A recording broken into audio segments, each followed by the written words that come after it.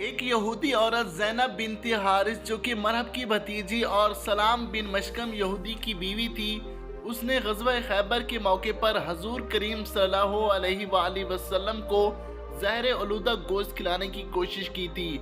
आपने वो गोश्त मुंह में डालने के बाद फ़ौरन वापस उगल दिया और फरमाया कि ये गोश्त मुझे खबर दे रहा है कि इसमें मौत यानी ज़हर है।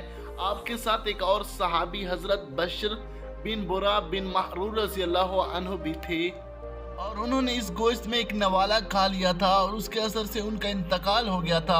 जब रसूलुल्लाह सल्लल्लाहु अलैहि वसल्लम मरसुल वफ़ात में थे तो हज़रत बशर बिन बुरा की बहन बाज़ रवायत में वालिद का जिक्र है, आप सल्लल्लाहु अलैहि वसल्लम के पास आई। आपने फरमाया, मैंने तुम्हारे भाई के साथ खैबर में जो जहर आलूदा नवाला लिया था उसकी वजह से उस वक्त मेरी रगें कट रही हैं।